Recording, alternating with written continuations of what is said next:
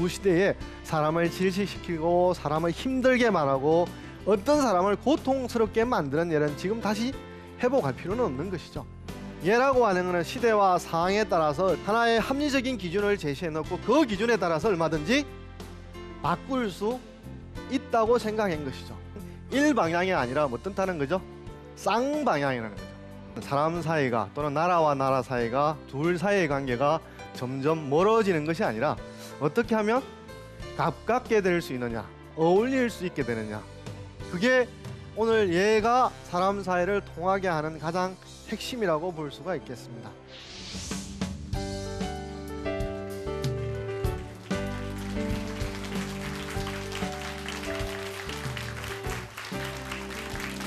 네, 반갑습니다.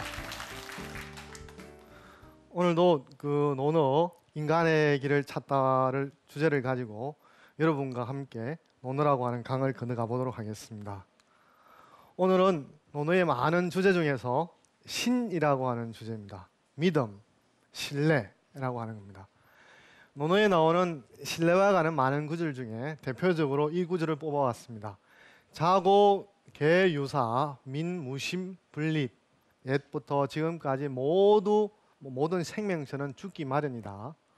그런데 사람들 사이에 또는 사람이 신뢰가 없으면 글자에 그대로 하면은 일어설 수가 없다라는 뜻인데, 이런 립자가 중요합니다.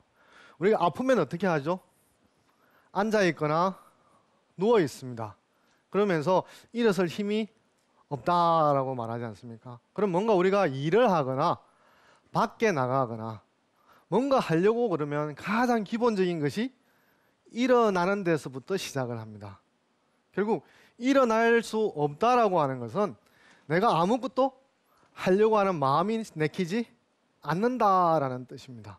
이런 측면에서 립, 서다라는 뜻에 주목을 해서 들어간다면 논어에 가지고 있는 어떤 신의 뜻을 여러분들이 좀 더 깊게 이해하는 열쇠를 가질 수 있으리라고 봅니다. 이렇게 할 때 논어에서 이 신을 강조를 하는데, 그럼 이 신이라고 하는 게 어떻게 생기느냐라고 하는 게 이제 공자가 탐구한 것이고, 여러분도 사실 사람과 사람 사이에 어떻게 하면 신뢰가 생길까라고 하는 주제에 대해서 궁금하시잖아요, 그죠? 이게 중요한 것은 신뢰라고 하는 것은 나 혼자만이 중요한 게 아니라 사람 사이가 전제되어 있는 거지 않습니까, 그죠? 신뢰는 생기는 것이지 누군가로 하여금 신뢰를 갖도록 억지로 갖도록 만들 수는 없다는 거죠. 그렇게 해서 억지로 해서 신뢰를 갖게 한다고 하더라도 그 신뢰는 결국 오래 갈 수 없는 거죠. 사라져 버리는 거죠. 그러나 두 사람 사이에 신뢰가 생기게 되면 그 신뢰는 웬만한 일이 아니고서야 무너지거나 사라지지 않는다는 거죠. 그럼 그렇게 할 때 공자는 어떻게 하면 사람의 신뢰 사이가 굳건하게 생길 수 있느냐에 대해서 탐구를 했다고 볼 수 있습니다. 군자의 덕은 바람이고 소인의 덕은 풀이다. 풀 위로 바람이 불게 되면 풀이 들어 눕게 된다. 민, 무신, 분립. 민이 신뢰를 갖지 않게 되면 설 수가 없다. 공자는 끝까지 지켜야 될 것이 군사적으로 위험한 상황에서도 무기도 아니고 식량도 아니고 신뢰라는 것입니다.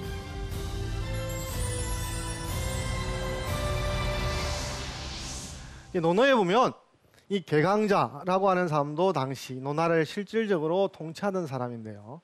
신뢰에 대해서 관심이 많고 정치를 어떻게 해야 될지에 대해서 물음을 묻습니다. 개강자, 문정어, 공자. 공자에게 정치에 대해서 묻다.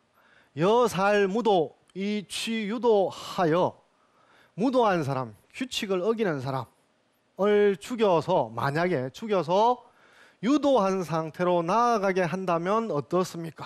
라는 거죠. 여러분 어떤 대답을 하실지 모르겠습니다만, 또는 어떤 생각을 가지고 있는지 모르겠습니다만, 여기에서는 결국 뭐냐면 엄벌, 어떤 가벼운 죄에 대해서도 엄벌을 하게 되면 이 논리가 뭐냐면 사람들이 법이 무서워서, 형벌이 무서워서 가벼운 범죄도 저지르지 않게 된다고 하는 그런 생각을 밑에 깔고 있는 거죠. 공자의 대답을 보겠습니다. 공자 대왈 자위정 은용살. 당신이 그대가 정치를 한다고 그러면서 왜 말끝마다 살인, 죽이냐라고 하는 극단적인 살인을 들먹이느냐.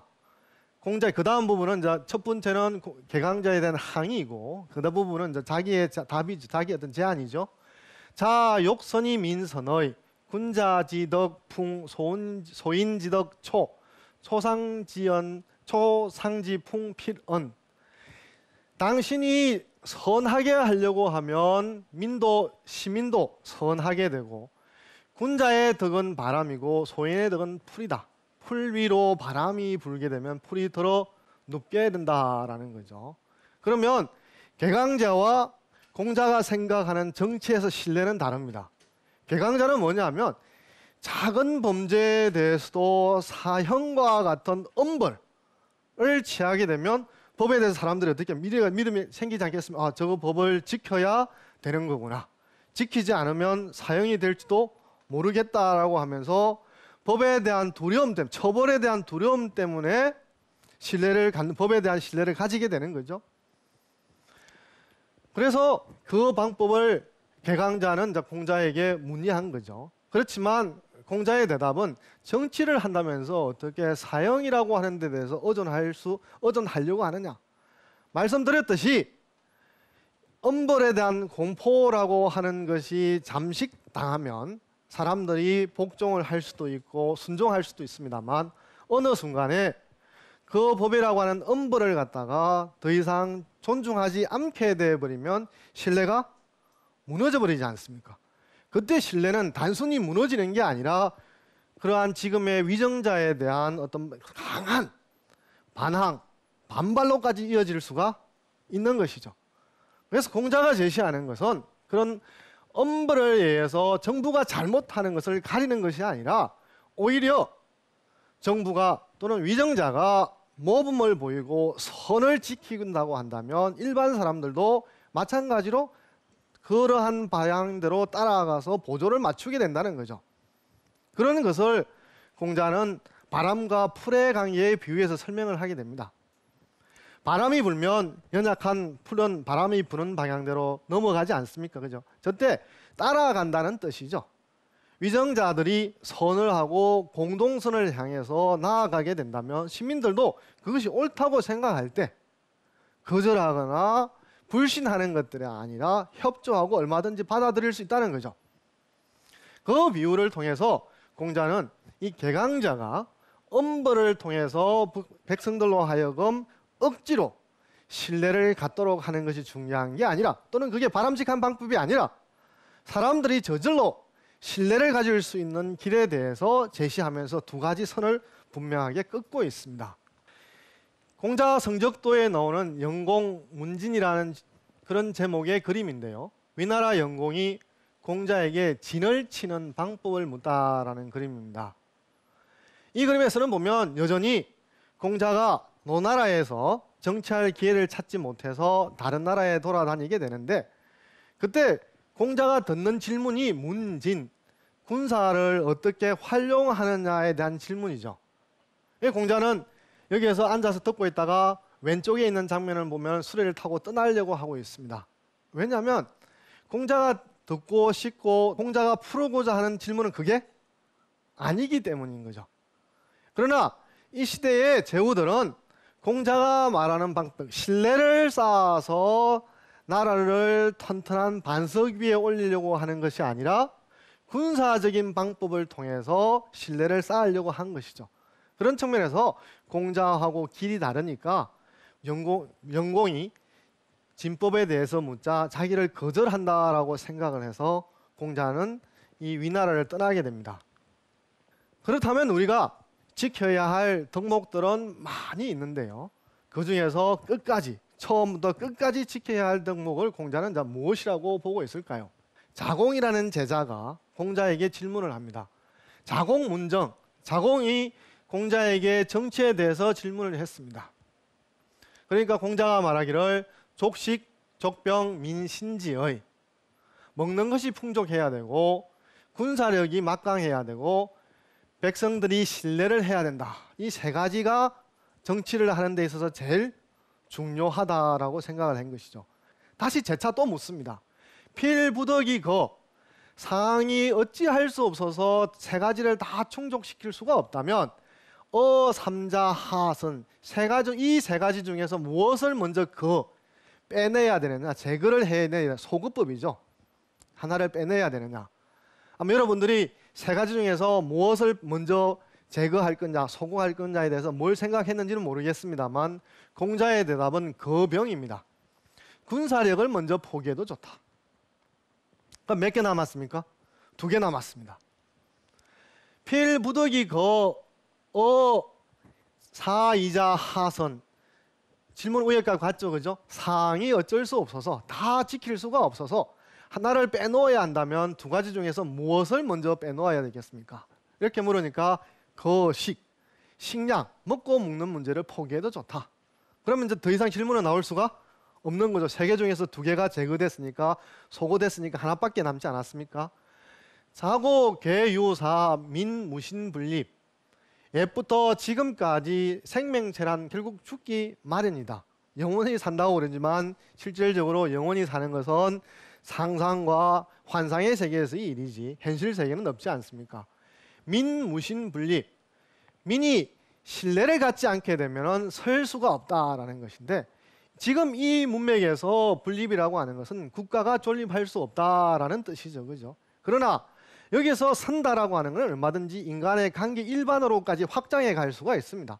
즉 민과 시민과 백성과 국가 사이의 관계에 있어서 국가가 지탱할 수 없다는 뜻도 되고, 사람과 사람 사이에서 한 사람이 신뢰를 지켜버리지 않게 되면 사람으로서 제 노릇을, 제 역할을 할 수가 없다라는 뜻도 되는 거죠. 이렇게 보면 이 립이라고 하는 게 사람과 사람 사이, 나라와 나라 사이, 사람과 국가 사이에서 뭔가 공동의 목표를 향해서 나아갈 수 있는 가장 기본적인 것이죠. 누워있거나 앉아있는 것은 그것에 대한 적극적인 지지도 아니고 거리감을 두려고 하는 거잖아요. 그렇지만 서 있다라고 한다는 것은 내가 뭔가 그것에 대해서 다가가려고 하는 최초의 출발선상에 서 있다는 뜻이죠. 그렇게 사람을, 앉아있던 사람, 관심이 없던 사람, 관심이 약한 사람을 뭔가 동조를 할 수 있도록 끌어낼 수 있는 최초의 움직임. 앉아있으면 어떡합니까? 일어서려고 그러면 무릎을 세워야 되지 않습니까? 그 다음에 허리에 힘이 들어가야 되지 않습니까? 그러면서 무릎을 짚고 일어나지 않습니까? 그죠? 그렇게 할 수 있는 힘이 어디 있느냐라고 할 때 신뢰라는 거죠. 지쳤을 때도요. 힘들 때도. 포기하고 싶을 때도 더 이상 무릎을 꿇어서 또는 들어눕지 않고 일어설 수 있는 힘이 뭐냐라는 거죠.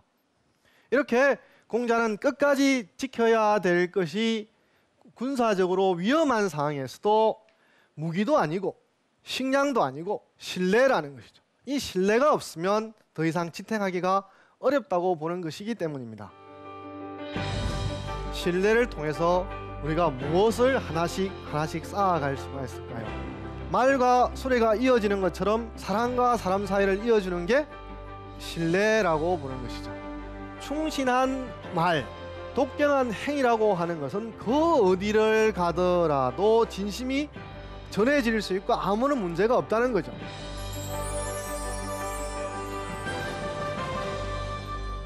그러면 신뢰가 있다고 해서 자동적으로 관계가 더 이어지는 건 아니지 않습니까? 신뢰는 관계를 이루어 나가는 가장 최초의 출발점 선상에 서 있는 것이죠.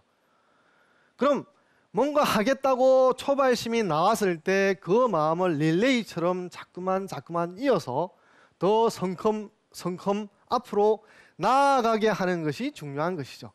그럼 무엇이 그러면 신뢰를 이어서 더 크게 앞으로 나아가게 할 수가 있을까요? 공자는 이런 신뢰가 사람의 관계를 이어서 더 앞으로 나아갈 수 있는 비유를 들 때 여러 가지 비유 중에서 가장 즐겨드는 비유가 수레를 듭니다. 자왈 인이무신 부지기가야. 사람이 사람으로서 신뢰가 없다면 그 사람의 발전 가능성을 알 수가 없다. 대거무예 소거무월 기하이 행지제. 예와 월이라고 하는 것은 수레와 말이 이어져야 수레가 앞으로 나아가지 않습니까? 그죠? 그러면 말과 수레를 이어주려고 그러면 가로막대기가 예고요. 월이라고 하는 것은 말, 목 중심으로 이렇게 굽어 있는 나무를 말합니다. 그러면 수레 따로 말 따로 있으면 말 위에 사람이 타서 가자 그래도 수레는 따라오지 않는 거죠. 또 사람이 수레에 타고서 앞에 말하고 이어지지 않는 상태에서 가자 그래도 수레가 나아갈 수가 없는 것이잖아요. 수레가 나아가려 그러면 반드시 말이 예와 월을 통해서 수레와 결합되어져 있으면 말에 타거나 수레에 타면 앞으로 나아가면 나아갈 수가 있는 거죠. 그렇게 할 때 이 공자는 수레의 비유를 통해서 설명하고자 하는 건 뭐냐면 사람과 사람 사이가 공동 보조를 맞춰서 목표로 함께 나아가려고 그러면 수레와 같은 신뢰, 결국 수레가 말과 수레가 이어지는 것처럼 사람과 사람 사이를 이어주는 게 신뢰라고 부르는 것이죠. 신뢰가 없으면 공동의 목표를 향해서 나아갈 수 없다고 보는 것입니다. 이 그림과 이 공자 성덕도의 탈간참인이라는, 즉 공자가 노나라를 떠나서 여러 나라를 돌아다니게 되면 자기 집이 없지 않습니까? 공자가 투자를 잘해서 이 나라 저 나라에 집을 사두었으면 아무 문제가 없겠습니다만 다른 나라에 가면 여간집 숙소를 정해서 머물러야 되지 않겠습니까? 그런데 이 그림을 보면 관사 주인의 초상에 말을 부의하다라는 건데 다음 장면을 보고 다시 돌아오겠습니다. 자로문진이라는 성적도 중의 내용인데요. 자로가 나루를 묻다인데 이 수레가 가려고 하면 어떻게 되어 있습니까? 앞에 있는 소와 수레가 예와 월에 의해서 이어져 있지 않습니까? 그러니까 가자 그러면 채찍질을 하거나 말에 배를 차게 되면 말이 앞으로 나아가면 수레가 한꺼번에 나아가게 되는 거죠. 즉 이 수레가 가는 데 있어서 없어서는 안 되는 거죠. 그런데 공자는 자기가 묵었던 숙소에 주인이 초상을 당하니까 그냥 가지 못하고 말을 부의를 하게 됩니다. 사실 말을 준다라고 하는 것은 오늘날 자가용처럼 자기가 이동을 하는 데 있어서 없어서는 안 될 아주 귀중한 자산이잖아요. 그걸 떼넣을 정도로 여간 숙소에 대해서 부의를 하는 거죠. 이렇게 보면 준 것은 물건입니다만 말입니다만 그 말과 함께 숙소 주인에게 뭐가 다가간 것이죠? 신이 함께 따라간 것이죠. 그렇게 되면 말이 단순히 말만 간 것이 아니라 여간 주인에게 신뢰와 함께 공자의 마음이 실려서 여간 주인에게 가는 것이죠. 그럼 그 두 사람은 헤쳐질 수 없는, 헤어질 수 없는, 끊어질 수 없는 신뢰의 끈을 맺게 되는 것입니다.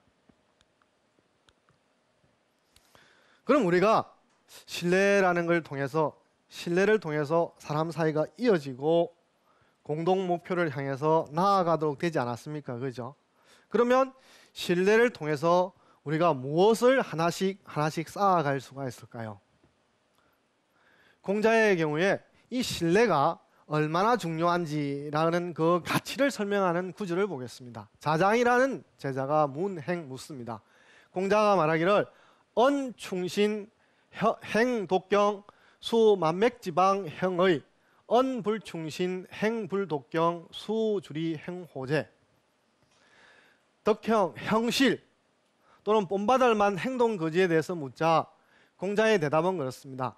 사람들에게 건네는 말이 충실하고 신뢰가 있고 하는 행동이 독실하면서 존경스러우면 조심스러우면 그와 같이 하는 충실한 말, 독경한 행동이라고 하는 것은 만맥이라고 하는 것은 이제 공자가 살았던 당시는 오늘날 중국은 이제 한족이 93%가 되는 그런 나라지 않습니까? 그러나 공자가 살았던 시대는 한족만이 아니라 공자 때는 한족은 없었죠, 그죠? 주족이 있은 거죠. 주나라니까요. 이제 주족과 다른 종족이 혼거하거나 잡거하는 뒤섞여 있는 상태였습니다. 그러면 이 만맥지방에 간다는 건 뭔 뜻이냐 그러면 자기가 알고 있는 같은 종족, 인종이 아니라 이민족에게 들어간다는 거죠. 그렇지만 충신한 말, 독경한 행위라고 하는 것은 그 어디를 가더라도 진심이 전해질 수 있고 아무런 문제가 없다는 거죠. 뒤집어서 말합니다.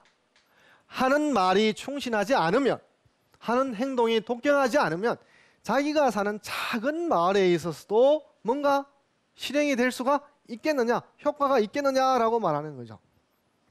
그래서 여기에서 말하는 충신, 독경이라고 하는 게 다음에도 지금 한 행동이 되풀이해서 일어날 수 있으리라고 믿음을 갖게 하는 가장 기본적인 조건이라는 거죠.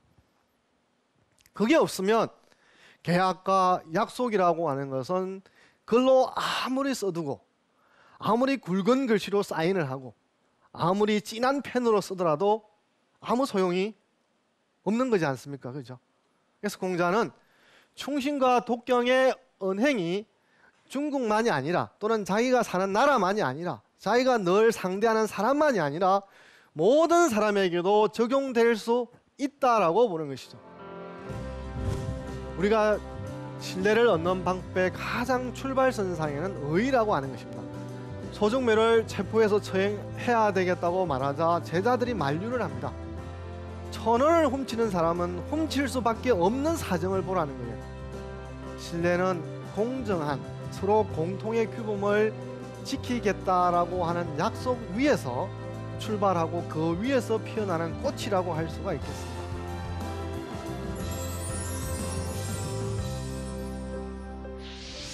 우리가 다 상대와 관계하는 사람과 신뢰가 쌓여서 돈독해지기를 바랍니다. 그건 어떻게 하느냐에 따라서 쌓이기도 하고 있던 것이 흩어지기도 합니다. 그럼 공자가 말하는 사람과 사람 사이의 신뢰가 어떻게 쌓이는 길을 찾고 있는지 살펴보도록 하겠습니다. 공자가 말합니다. 군자 의이 위질 예이 행제 손이 출지 신이 성지 군자제.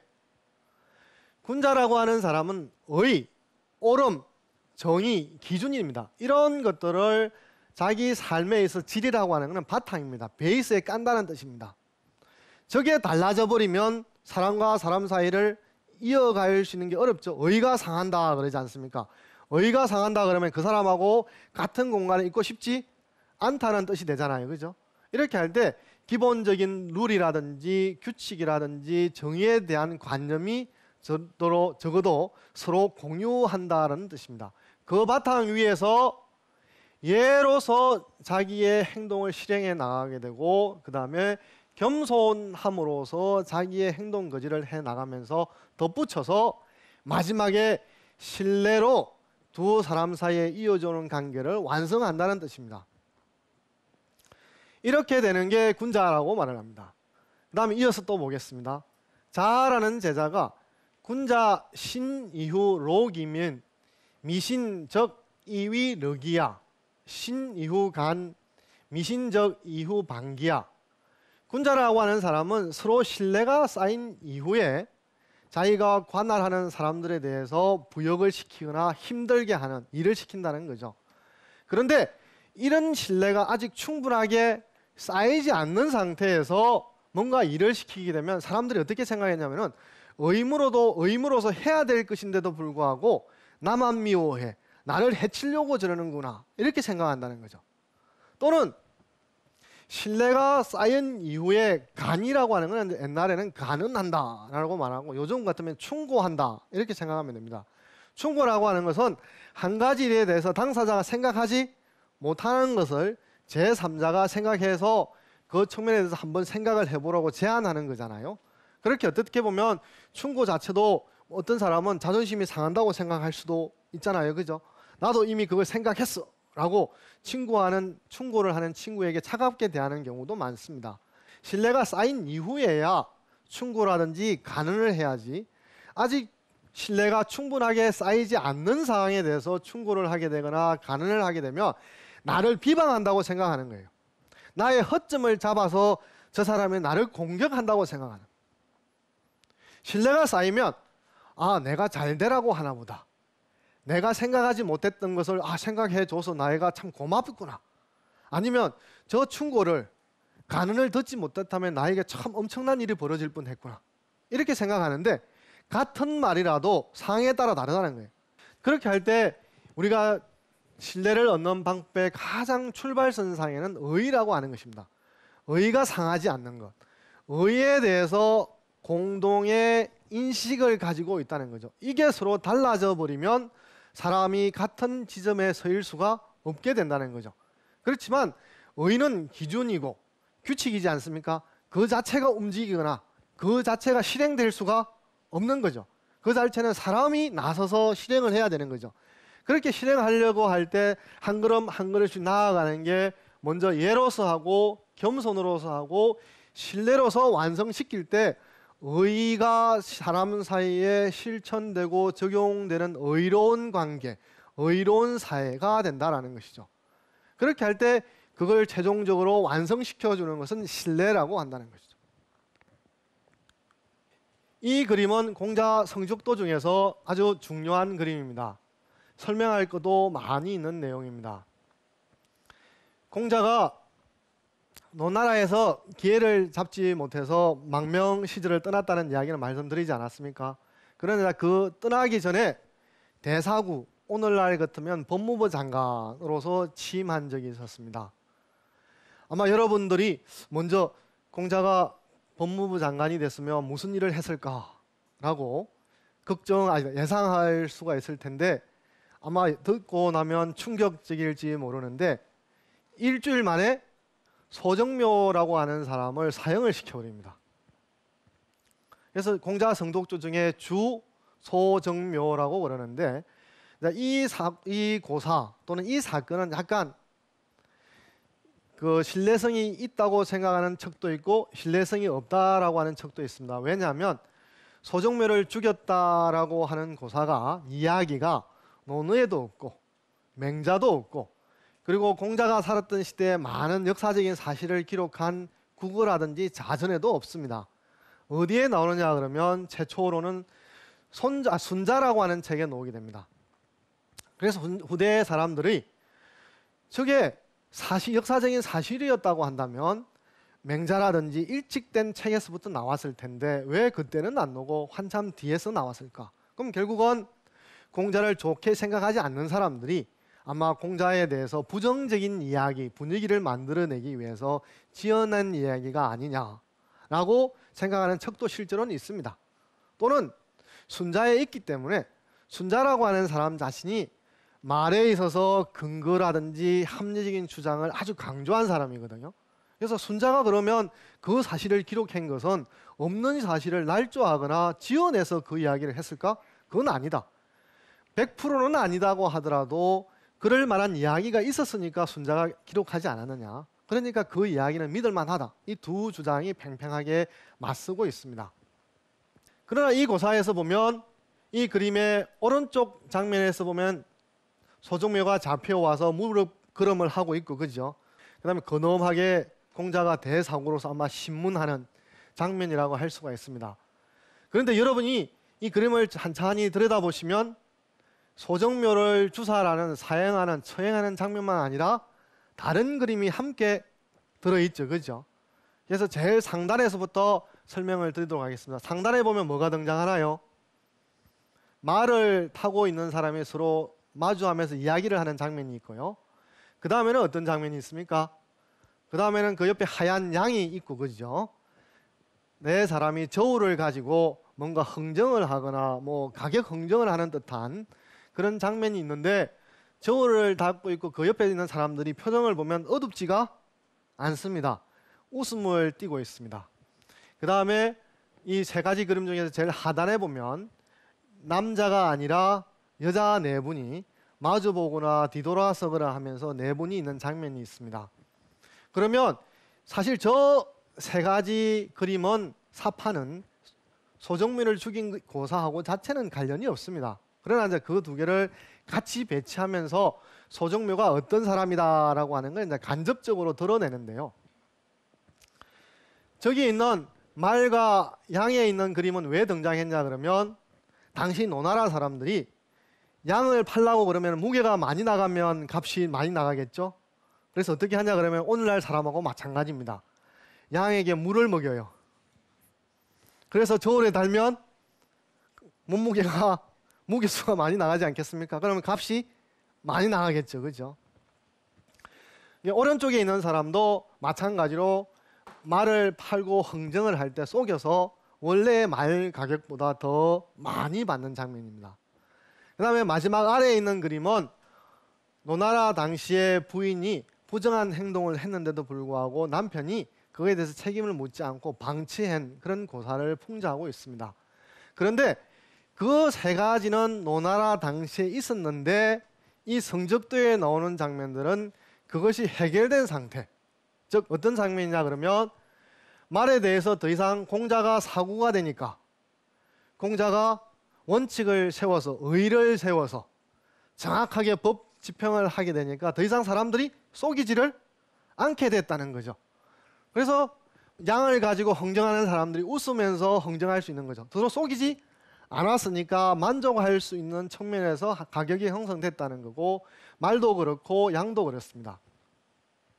그 다음에 이 여성이 나오는 부분도 마찬가지입니다. 사실 이 그림은 한 장 속에 있습니다만 실제로 공간을 분할해서 4개의 공간을 나타내고 있습니다. 제일 위에 말에 있는 장면의 선을 따라가 보면 그림의 상단 주변으로 하나의 그림이 만들어지죠. 그죠? 그 다음에 그 아래에 있는 양 보면 색깔이 약간 다른 부분이 하나의 삼각형 모양으로 되어 있지 않습니까? 이것도 또 하나의 공간 분할을 하고 있습니다. 그 다음에 여성이 있는 부분도 저기 있는 남성의 두 부분하고 격리되고 중앙에 또 접히는 부분이 있죠. 그죠? 이러면서 자연스럽게 남녀가 같은 공간에 있는 것이 아니라 다른 공간에 있다라고 하는 것들을 한 가지 그림 속에서 배치를 하고 있습니다. 이건 그러면 드디어 이제 조금씩 비밀의 열쇠가 풀리고 있습니다. 결국 그러면 일단 소정묘를 죽인 것이 사실이라고 치고 이야기를 하도록 하겠습니다. 그러면 공자가 대사구가 되고 나서 소정묘라는 사람을 왜 죽였을까요? 결국 저것은 다른 편에 있는 그림의 세 가지의 사회적인 부도덕 현상, 사회의 비리 현상, 사랑의 타락 현상의 주범이 바로 소정묘라고 보는 것이죠. 그러니까 소정묘라고 하는 사람을 처벌하지 않는 상태에서 노나라에서 공정한, 노나라에서 신뢰가 생길 수가 없다고 보는 것이죠. 그럼 여기에서 아마 여러분들이 제 이야기를 충실히 따라오셨다면 한 가지 의문이 드실 것 같아요. 제일 첫 장면에서 보면 개강자가 공자에 대해서 정치를 어떻게 하냐고 물었습니다. 그렇게 할 때 개강자가 선택한 방법은 뭐였죠? 엄벌이었습니다. 작은 잘못에도 사형을 집행하게 되면 사람이 공포를 집어먹고 잘못을 하지 않지 않겠느냐. 그렇게 말을 하니까 공자는 그에 대해서 정면으로 반대를 했습니다. 어떻게 당신은 위정자가 돼서 정치인이 돼서 조그만 잘못을 갖다가 사형을 시킨다든지 가혹한 상금을 벌금을 매긴다든지 이런 방법으로 인해서 질서를 잡으려고 그러고 안정을 잡으려고 그러고 법에 대한 신뢰를 잡아내려고 하느냐 라고 하면서 공자는 분명히 반대를 하고 나서 자 욕선이 민선 군자지덕풍 소인지덕 초상지풍 필언냐라고 말하면서 당신이 스스로 모범이 되라. 당신이 먼저 정의를 지키라. 당신이 먼저 선을 해라라고 말하지 않았습니까? 그렇게 되면 시민들도 당신이 공동선을 향해서 열심히 하고 있다는 걸 인정을 하기 때문에 그에 대해서 보조를 맞출 것이다 라고 말했거든요. 그런데 공자가 그렇게 기다리던 정치에 참여할 수 있는 기회를 가지지 않았습니까? 제일 첫 번째 아마 일주일 동안 인사하고 그죠? 취임했으니까요. 그렇게 한 시간 보내지 않았습니까? 실질적으로 한 일 중에는 최초의 일이지 않을까라고 생각합니다. 최초로 인사가 끝나자마자 소정묘를 주사를 해야 됐다고 사형을 했다고 한다면 공자는 자기가 말했던 것하고 모순이 되지 않느냐라고 여러분들이 생각하실 수 있습니다. 여기서 주목해야 될 것은 개강자가 사형을 통해서 법 질서 내지 신뢰를 쌓으려고 했다는 대상과 공자가 소정묘를 죽여서 쌓으려고 했던 신뢰와 법 질서가 다르다는 겁니다. 개강자가 하고자 했던 것은 서민들의 작은 범죄입니다. 짱발장에 나오는 것처럼 배고파서 빵을 훔친다든지 또는 우리 간혹 한 번씩 뉴스에 보면 슈퍼에 그죠? 아이 어머니가 분유를 살 돈이 없어서 분유를 훔쳤다든지 누군가 보면은 죄를 미워할 수는 있습니다만 그 사람을 미워하기가 어려운 사건 사고가 분명히 있지 않습니까? 그죠? 그러나 엄격하게 생각하면 훔친 것은 훔친 것이죠. 그게 1,000만 원을 훔치나 1,000원을 훔치나 그 물건에 상응하는 것이 규모의 차이는 있습니다만 훔친 것은 똑같은 것이죠. 그 사실에 주목해서 1,000원을 훔치거나 1,000만 원을 훔치거나 똑같이 처벌을 해야 한다고 하는 게 개강자의 논리입니다. 공자는 거기서 말을 하고자 했던 것은 1,000원을 훔치는 사람은 훔칠 수밖에 없는 사정을 보라는 거예요. 그래서 말을 합니다. 1,000원을 훔친 사람을 체포하고 나서 심리를 하게 되면 슬퍼하라고 말합니다. 왜냐하요? 그 사람이 훔칠 수밖에 없도록 사회가, 정부가, 이웃이 내버려 뒀다는 거잖아요. 과연 그 사람에게만 책임을 물을 수 있냐는 거죠. 그러나 소정묘의 경우는 사실이 다릅니다. 소정묘의 경우는 거악입니다.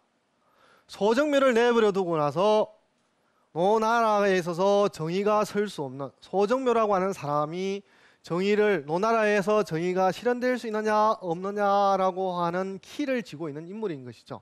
그렇게 할 때 공자가 대사구가 돼서 공정한 세상을 만든다고 하면서 소정묘를 내버려 두면 사람들이 어떻게 생각하느냐는 거예요. 공자가 실현하고자 하는 공정한 사회를 전혀 믿지 않는다는 거예요. 그럼 공정한 사회를 실현하려고 그러면 소정묘를 처형하느냐 처형하지 않느냐라고 하는 선택의 갈림길에 서 있다는 거예요. 그래서 공자는 대사구에 취임한 지 일주일밖에 안 되었는데도 불구하고, 그리고 또 소정묘를 체포해서 처형해야 되겠다고 말하자 제자들이 만류를 합니다. 선생님이 명분이 있고 선생님이 타당하다고 하더라도 일주일 만에 소정묘를 처벌하면 여론이 선생님에게 등을 돌려서 오히려 선생님이 역공을 맞게 될 것입니다. 오히려 사람들이 선생님을 지지하지 않을지도 모릅니다 라고 만류를 합니다. 이런 만류에도 불구하고 공자가 소정묘를 처벌해야 되겠다고 생각한 것은 뭐냐면, 더 이상 소정묘를 처벌하지 않는 상태에서 정의사회, 공정한 사회를 만든다고 한다면 사람들이 신뢰가 쌓이지 않는 거죠. 이렇게 보면 신뢰라고 하는 것은 가장 먼저 사람들이 공통적으로 생각하고 지켜야 될 규범, 약속 체계, 그것들이 나 한 사람도 아니라 모두가 존중할 수 있는 터전 위에 서 있다는 거죠. 그리고 그것과 지키겠다고 약속을 하는 것이죠. 나와 그것을 떼어놓는 것이 아니라 내가 그것을 반드시 준수하겠다고 나하고 묶어두는 것이죠. 느슨하게 묶는 것이 아니라 단단하게 묶어놓는 거죠. 그런 측면에서 신뢰는 공정한 서로 공통의 규범을 지키겠다라고 하는 약속 위에서 출발하고 그 위에서 피어나는 꽃이라고 할 수가 있겠습니다. 그러면 공자에게서 논어에서 우리가 사람의 길을 찾다 중에서 오늘은 신뢰를 주제로 여러분과 함께 이야기를 나눠봤습니다. 제 이야기를 듣는 동안에 또는 신뢰에 대해서 평소 생각하시는 게 있는 분은 또 질문을 해주시기 바랍니다.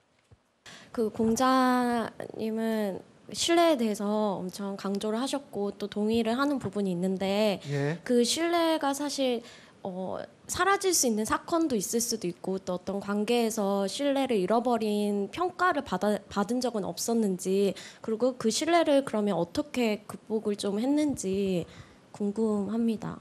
공자의 논어에 아주 흥미로운 편이 18편이 미자라고 하는 편이 있는데 특이합니다. 한 편 한 편마다 특이한데 18편은 어떠냐면은 주로 그 당시에 방금 말한 세상을 좀 더 좋게 만들고자 했다가 실망하고 신뢰를 저버린 사람이 더 이상 사회에 살지 못하고 산속으로 사람들이 살지 않는 곳으로 응거하는 사람들이, 언둔하는 사람들이 많이 나옵니다. 그 사람들하고 공자하고 만나요. 자로문진이라는 데도 나오는 게 그럽니다. 그래서 그 사람이 공자한테 말을 하죠. 세상이 너 하나 움직여서 바뀌어질 것 같으냐?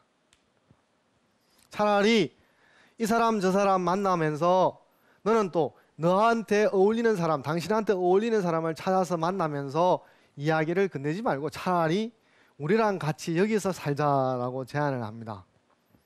아마 여기 있는 계신 분들도 많은 분들 중에 어떤 분은 거기 그래 너랑 같이 당신들과 삽시다 이렇게 산에서 주저앉을지 모르겠는데 공자는 주저앉지 않습니다. 어떻게 말을 하냐 그러면 내가 누구랑 함께 살겠느냐, 나는 내 혼자 노력으로 세상이 바뀐다고 생각하지는 않는다. 그런데 내가 몸을 두고 살아가야 될 것은 숲속의 새와 숲속의 동물이 아니라 세상에 있는 사람들과 끝까지 해야 되겠다 라고 말을 합니다. 그건 뭐냐면 공자를 두고 다른 사람이 불가능한 줄 알면서도 하는 사람이라고 말했는데 마지막까지 공자가 할 수 있는 일이 있다고 생각하는 것이죠. 이건 뭐냐면 사람이라고 하는 존재가 단순히 실패와 좌절되면 떠나는 것이 아니라 하늘과 땅이 하지 못하는 역할을 대신해야 되는 막중한 책임을 가진 사람이기 때문에 그렇습니다. 그러니까 공자는 끝까지 신뢰의 끈을 놓지 않는 가장 신뢰에 대해서 근원적인 신뢰에 대한 신뢰를 가진 사람이라고 할 수가 있겠습니다. 저는 이제 교수님의 강의가 이제서야 정말 이 논어 이런 인문학에 있어서 가장 주가 되는 어떤 고전의 본질, 논어가 가장 이제서야 제 마음에 와닿고 이 말씀이 정말 제 삶에 있어서 어떤 방향성도 제시를 해주고 있습니다. 그런 의미에서 저희 아이들이 또 있으니까 저한테는 정말 재미있고 귀중한 시간이었지만 이걸 어떻게 우리 아이들에게 제가 전달을 할 수 있을까, 엄마로서 또 그런 고민도 해보거든요. 예. 그래서 이런 고전이 우리 아이들에게 어떻게 잘 전달될 수 있기 위해서 물론 전문가이신 교수님의 노력도 많이 필요하겠지만 또 저는 어떻게 노력을 하면 좋을지, 어떻게 아이들에게 고전을 읽힐 수 있을지 예. 교수님의 고견을 좀 부탁드립니다. 자기가 이해하는 것만 애한테 말하면 됩니다. 사실 논어라든지 논어를 읽는 가장 미련한 법이 처음부터 끝까지 다 읽는 거예요. 어떤 거는 울림이 올 수 있는 구절도 있지만 어떤 거는 달나라 이야기처럼 같아서 전혀 외계 언어처럼 느껴지는 경우도 있습니다. 그런데 고전이라는 이름 때문에 다 읽어야 된다는 준옥감을 가지고 가면 괴롭히는 거죠. 그럼 특히 어른도 그런데 아이의 경우에는 지적인 발달 단계가 아직 이해력이 떨어지는 상태인데 아이에게 고전을 읽으라고 말한다면 저는 사실 고문에 가깝다고 생각합니다. 그렇게 할 때 아이의 지적 단계에서 이해할 수 있고 필요한 것만 간추려서, 그래서 선집, 독본 이런 걸 말하잖아요. 선독, 뭐 간추려 읽는 이렇게 말하지 않습니까? 그렇게 할 때 내가 볼 때도 이게 아이와 상태에 맞다라고 생각하시고 또 플러스 내가 그것을 잘게 씹어 먹일 수가 있다. 우리 애 키울 때 애기 어머님이라고 말씀하셨는데 이유식을 먹이면 잘게 부셔서 애가 소화를 시키기 쉽게 만들잖아요. 고전도 마찬가지예요. 그렇게 잘게 부숴서 애가 소화시킬 수 있도록, 즉 음식은 몸이 소화시킬 수 있는 것이고 고전은 정신이 소화시킬 수 있도록 하는 것이죠. 그렇게 할 때 이제 먼저 자신부터 이해를 하고, 두 번째는 아이의 지금 성장 상태에 어울리는 구절을 찾아서 말을 하면 고전이 더 애한테 좀 더 부드럽게 다가갈 수 있다고 생각합니다. 예, 오늘 논어에서 인간의 길을 찾다 중에서 오늘은 다양한 주제 중에서 신뢰를 주제로 삼아서 이야기했습니다. 이 신뢰는 공정이라든지 공통의 규범 위에서 지킬 때 사람 사회를 더 편하고 더 믿을 수 있고 더 안전한 세상을 만들 수 있는 꽃과 같은 것입니다. 여러분도 공정한 규약 위에서 신뢰를 지키는데 그것이 우리 사회에 좀 더 철저하고 좀 더 밀도 있게 침투할 수 있도록 두 눈 부릅뜨고 바라봤으면 좋겠습니다. 고맙습니다.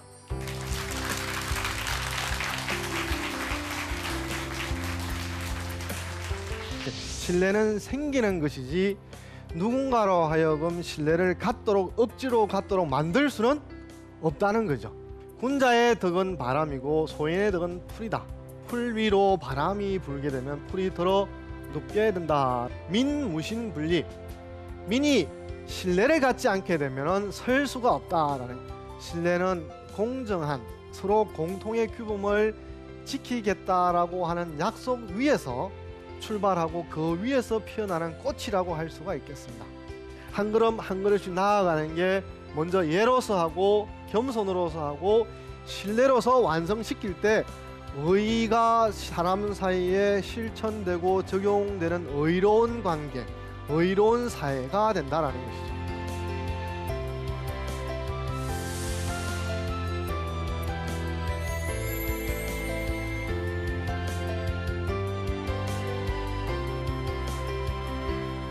그래서 역사에는 이 사람을 성인이라고 부릅니다. 불가능한 줄 알면서도 한다. 이 공자라는 사람의 세계를 이해하는 핵심적인 코드가 실패라고 생각합니다. 그렇게 할 때 공자는 내 삶에 있어서 방침이 나만을 위해서 사는 것이 아니라 내 주위 사람과 함께 설 수 있는 상생의 삶을 살아야 되겠다고 생각을 한 것이죠.